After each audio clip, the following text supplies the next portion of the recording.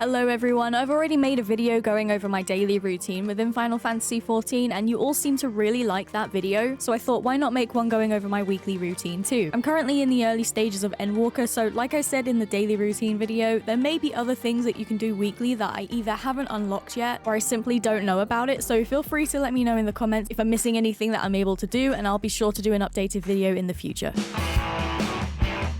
Starting the video off with Wondrous Tails, I actually mentioned in my recent video that I haven't been able to complete a Wondrous Tails recently due to it giving me Endwalker and Dawn Trail content. Obviously, I can't do these things when I'm at the start of Endwalker, but a lovely person in the comments of that video told me that there's actually a retry option which ticks off one of the pieces of content in the book, such as a raid that you haven't completed or unable to do in my circumstance, in replacement for one you've already completed. So I'll absolutely be adding Wondrous Tails back to my weekly routine now that I know that piece of information. It would usually be something that I'd like to get done fairly quickly when the reset happens on Tuesday. It rewards you with half a level worth of XP for whatever job you have currently selected when you complete it, so it's a great way to level up alt jobs too. Thankfully, you don't actually have to complete your Wondrous Tails within the week that you get it. You get a 2-week time limit on the book to complete it and hand it in, so there's no real rush if you're unable to or you're not feeling like doing the content within the book. But yeah, I love the rewards that you can get from completing Wondrous Tails, so that's why it's something I make sure to do every week.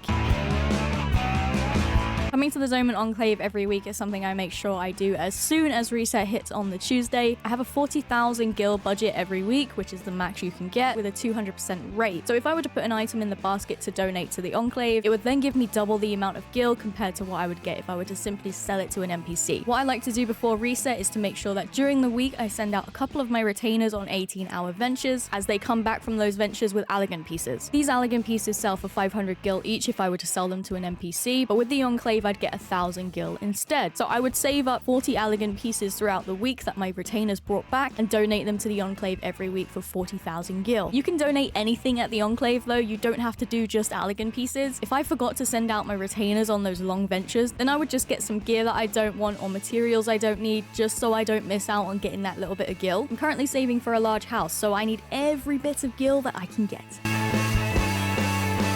The only reason that I even bother with my squadron is because of the items that they bring back from their runs, I'm gonna be honest with you. I like to send them out so that they can bring back the MGP VIP card, I believe that's what it's called, and the squadron battle manual, which gives you some bonus XP in battle, and that's great for when I want to level up my alt jobs. They can also bring back materia and scripts, so it's always a good idea to send the squadron out on a mission every week to receive these items. Just like your retainers exploration ventures, the squadron missions will take 18 hours to complete, and just like the majority of everything else in this video, this resets on Tuesday and obviously can be done once a week. I know a lot of players don't really care too much about doing squadron things, and honestly me too, but I think it's definitely worth it just for the things that I mentioned, and it takes not even a minute to send them out.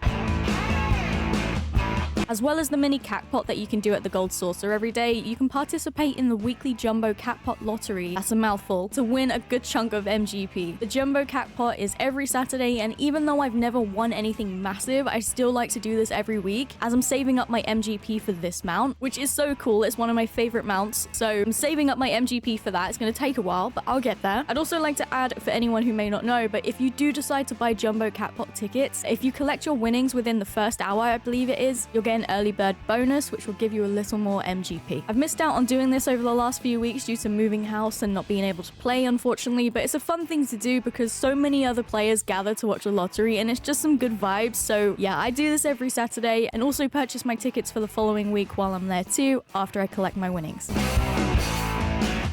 If you have access to custom deliveries and you're not doing them every week, you're missing out big time. By completing your 12 weekly custom delivery allowances, you'll get yourself a heap ton of XP, a nice bit of gil, and also some scripts for your gatherers and crafters. I didn't do custom deliveries for the longest time because I honestly didn't fully understand how they worked, but now it's something I never miss out on. It's the reason I leveled up my botanist to level 100 as quickly as I did, and you can also get quite a lot of items with the scripts you get from doing these deliveries too, such as gear, furniture, and things like that. If you want to see the items that you need for your deliveries, you can either go up to the specific NPC or press Ctrl+U if you're on PC, which is a quicker way to view all of the NPCs and all of the items they need for the deliveries, so you don't have to waste time going to each individual NPC. Custom deliveries is one of the first things I like to do on Tuesdays when the reset hits. I also do them whenever I need a little break from questing and I just want to sit back and level up my jobs.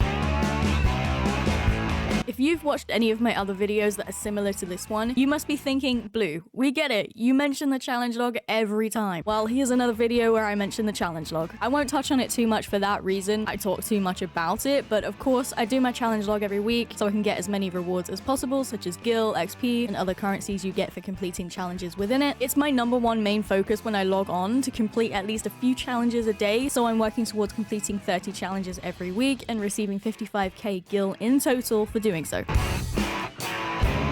You can pick up hunt bills from your ground company or from around the world in major cities, and the main reason I do these bills, besides the fact that I enjoy doing them, is because you can exchange the currency you receive for completing them for Aetheryte tickets. This is something I've touched on in a couple of videos now, so I'm sorry if it sounds like I'm repeating myself, but not only can you get Aetheryte tickets with these currencies, but a whole range of things, such as minions and ventures for your retainers. Hunt bills are always worth picking up and doing in my opinion, so that's why I make sure to do as many as I can, especially with the weekly bills rewarding you with a little bit more. So that's my weekly routine on Final Fantasy XIV, and I'm really looking forward to adding more things to the routine as I progress through both Endwalker and Dawn Trail. If you haven't checked out my daily routine video yet, I'll leave a link in the description if you want to see what I get up to every day on the game. My daily routine hasn't changed too much since I made that video, despite it being a few months old now, but at some point in the future, I'll absolutely do an updated version of it. And of course, please feel free to let me know if you have a routine in Final Fantasy as well, of all the things you like to do every day or every week. As always, thank you so much for watching, and I'll see you in the next video.